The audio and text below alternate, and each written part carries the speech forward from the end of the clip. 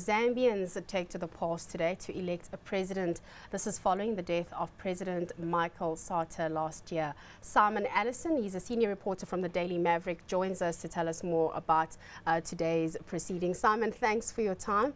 Perhaps this is a good time for you to tell us what we can expect. Who are the front runners in this election, and what are they bringing to the table? Well, it's boiled down to two main candidates. The favorite, I think, is Edgar Lungu, who's representing the ruling party, the Patriotic Front. Now, he was the defense minister in the last administration, and he comes in with all the advantages of incumbency. Lots of airtime, lots of resources, lots of just, people know him, people know what he's about, people know what his party's about, and that really helps. He is been hindered by the fact that there has been a lot of infighting within the Patriotic Front. There was a very messy leadership battle which eventually needed to be settled by a court, which is how he became the candidate in the end. Now, this hasn't played that well with many sections of voters. There he is over there on the screen. Yep. So that has hurt him. So we'll see. He's sort of developed a reputation as a man of the people, quite relatively softly spoken.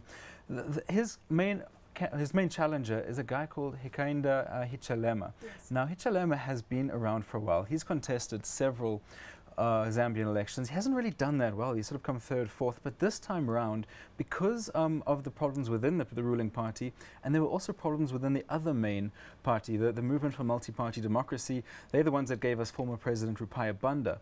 Now, Rupaya Banda wanted to contest, but again, there was another messy leadership battle, which meant that party really isn't as much of a factor in this election as it has been in previous elections, leaving the way for Hichilema to really mount a strong challenge. And he is particularly popular in urban areas such as Lusaka. He's young, he's charismatic, and he seems to have a lot more solid policy ideas.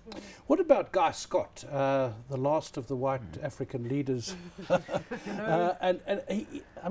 a bit eccentric. He says some strange things, but he does seem to have a certain political toughness. I really enjoy Guy Scott. He seems to have got to the stage in his political career where he can just say whatever he wants, and no one, he doesn't seem to mind, and we all get lovely headlines out of it. The whole fact that he is a white African president, it made a lot of airtime in international media. But within Zambia, and I spend a lot of time there, it's just not a factor.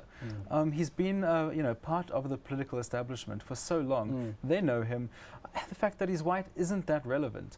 So, yeah, he's led the country. I wasn't suggesting it was, although it is of interest. It is of interest. It's of interest, but not relevant. But what is of interest is some of the policy announcements or the strange pronouncements he's made. He's kind of politically incorrect, but as you say, it gives us good copy, and he's been around for a long time. The biggest decision he made during his little interim stint is to raise the royalties charged on open pit mines from 6% to 20%. Now, that's a huge jump. He can't be very popular then. Well, not with mining companies, that's for sure. Is he popular with the people? I mean, apparently he can't stand for president because he's not Zambian born. But if he were to stand, do you think he would have a chance? I think so. I think just like Edgar Lungu enjoys those advantages of incumbency, he would too. I think he would mount a strong challenge. He'd be more popular than a lot of people think he is. Well, we're going to just cross over to Zambia now, where we have Crispin Ukufuna. He's the PR manager of the Electoral Commission of Zambia.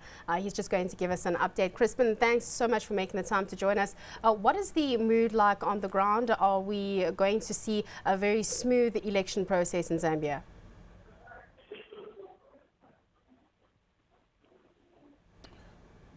Well, it seems as though we may have lost Crispin, but we will try and get in touch with him again. Simon, I don't know if you're able to touch on this. So you have mentioned that you've been to Zambia.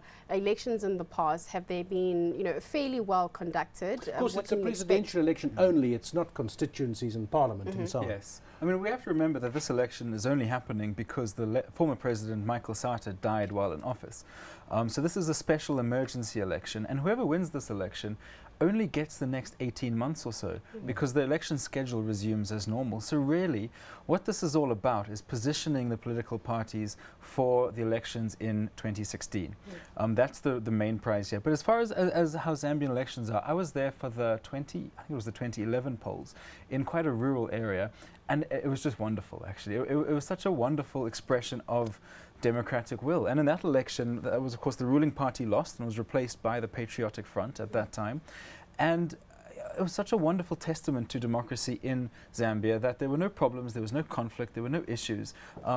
It was really the democratic process found its true expression in that election. So the Zambian system is closer to the US system, where the president is elected separately to the party, whereas in South Africa, of course, like Britain, the leader of the country comes from the party that's elected. Yes, I think that is the so case. Personality plays a greater part. Does the president have real power in a way that a president from a party doesn't?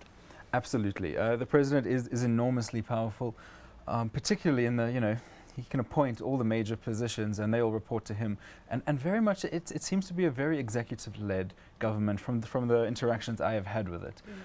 Simon, you mentioned that the incoming president will only be in for the next 18 months. Now, looking at the 4 different candidates, they're all over the age of 50, and they all mentioned that the past 2 presidents who have fallen ill and have subsequently died, these candidates now need to be up for medical exams. How true is that, and is this something that's going to play out?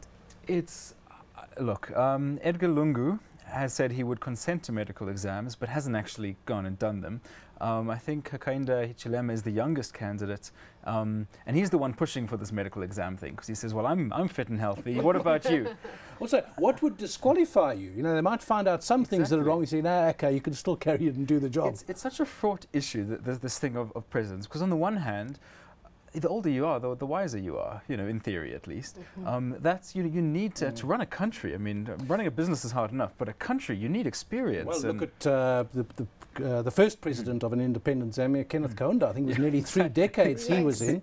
And they say politics is the old man's job, although in African countries they've taken pretty far. It's a little bit too old, perhaps. I mean, in Britain and Europe, there have been some very old politicians. Churchill had a stroke, and they had to pretend that he was still capable when he was still Prime Minister. Exactly. In his 80s. We've seen that a few times in recent years in African countries. Wheel the guy out. Exactly. Look, what frustrates me the most about I don't have a problem with getting old in office or getting sick in office. It's a fact of life. It's going to happen. But when you do get sick as an African president, don't go rush off to Europe or the Gulf for medical treatment, or Singapore, as Robert Mugabe does.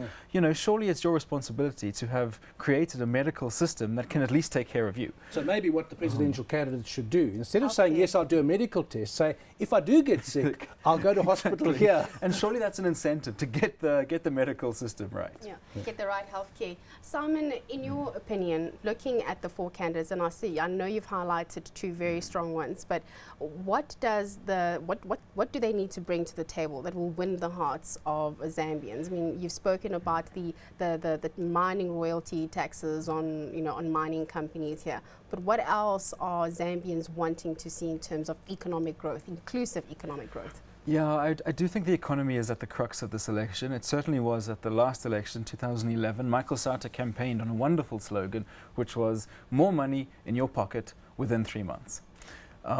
Did he deliver on that promise? Not so much, but he did raise the minimum wage significantly. I think it was by something like 40%, which was a huge burden for businesses, but they have all complied, I believe. Now, what the new people, whoever comes in now, I think has an exceptionally hard job, because they have 18 months or so to get the economy right in a global world where copper prices are declining. And of course, we know that Zambia is hugely reliant on that. We'll have to end it there. I mean, it reminds me, when I was in Zambia, a lot of the fresh produce comes from South Africa still. They need to grow more stuff for themselves there. That's just one example. Thanks to Simon Allison from the Daily Maverick.